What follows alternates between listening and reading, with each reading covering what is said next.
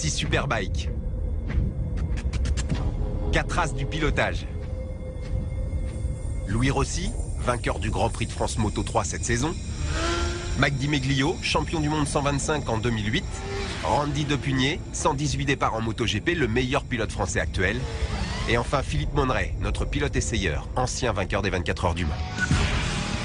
Entre les motos japonaises qui trustent les victoires en compétition et les européennes qui font un retour en force, quelle est la machine la plus rapide? En course pour le premier run, les 4 motos japonaises en version libre. La Kawasaki ZX-10R, la Suzuki GSX-R 1000, la Honda 1000 CBR et la Yamaha R1. Par tirage au sort, Louis Rossi se retrouve sur la Kawasaki, Mike Di Meglio sur la Suzuki, Randy Depugné sur la Yamaha et Philippe Monneray sur la Honda.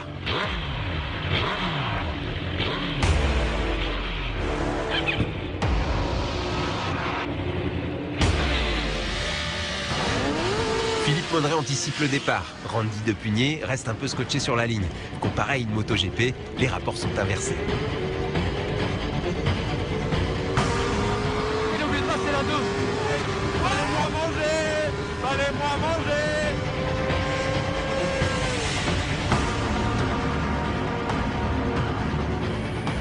Réglementation oblige, le compteur est bloqué à 299. Mais la Kawasaki avec Louis Rossi à son guidon atteint les 300 km/h et l'emporte assez nettement devant Mike Di Meglio sur la Suzuki. Honda et Yamaha sont en retrait.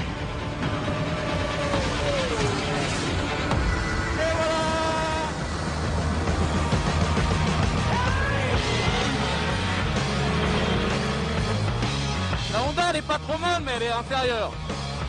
Randy, qu'est-ce qui s'est passé? Oh, je pense que t'es un peu trop lourd. Ouais, ça doit être ça, ouais. Tu commences à te faire vieux aussi. Randy, ce départ moyen quand même, hein, avec la gamme. Vous êtes tous partis, vous m'avez laissé sur place. J'ai raté une vitesse, donc bah, vous êtes tous partis. Bon, après...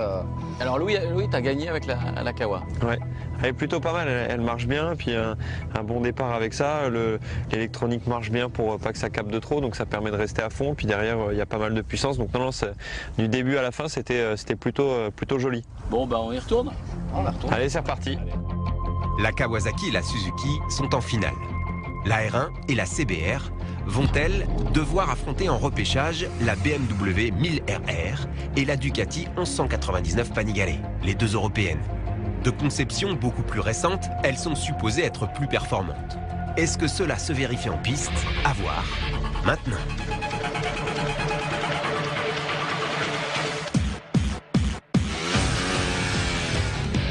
La Ducati se cabre et fait valoir d'entrée son caractère. Plus docile, la Yamaha cette fois attaque fort, mais Randy Depugné avec la 1000RR va très vite mettre tout le monde d'accord.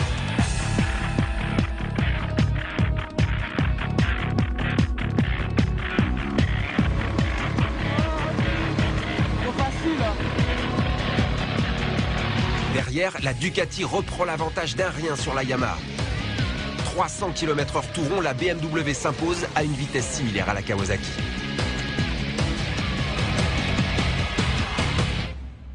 Vous avez vu ce que c'était un pilote MotoGP là? Hein, vous avez compris? Ouais, ça, fais pas le malin. La BMW est en finale. La Ducati est également qualifiée, définitivement éliminée la Yamaha et la Honda, moins puissantes. Place au tirage au sort pour l'attribution des guidons en finale. Eh ben regarde, un bicylindre, toujours comme moi. Voilà, fais gaffe, parce que sur les départs, ça lève un peu. 2-3, c'est Bon, compliqué. Bah écoute, je vais essayer d'avoir les bras. Mike, et vous, quelle moto vous aurez? On va voir ça. Kawasaki. Louis, c'est à vous qui ressort la machine pour la finale.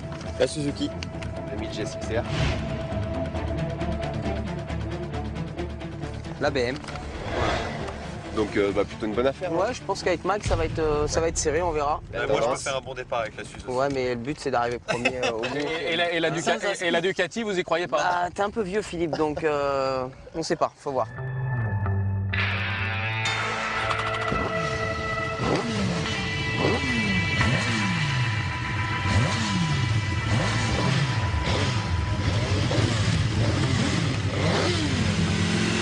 machines européennes contre 2 japonaises, c'est la finale rêvée.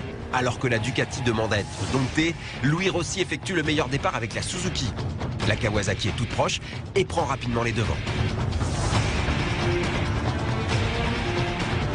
Plus longue à se lancer, la BMW fait ensuite un retour spectaculaire. Plein gaz, la victoire se joue comme annoncé entre Randy Depugné et Mike Di Meglio.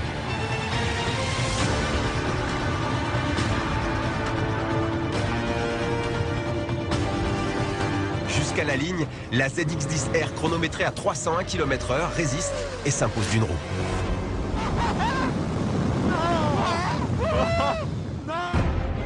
Troisième de cette finale, même sans assistance électronique, la GSX-R demeure une valeur sûre. Quatrième, la Ducati, elle a laissé les pilotes un peu sur leur faim, mais l'esthétique, le bruit, le couple fabuleux du bicylindre italien sont des atouts considérables. Dotés de toutes les évolutions électroniques issues de la compétition, 2 motos sortent du lot, la BMW et la Kawasaki. Ah, pour rien, j'ai battu, tout couché. Moi, je pense que la moto, elle tire trop court, ce qui fait que l'avantage qu'il a eu au début, il l'a gardé. Mais ils sont vraiment très proches, les deux là. 2 machines aux performances très proches, comme les pilotes lorsqu'il s'agit de faire quelques burns et célébrer en fumée ce nouveau défi.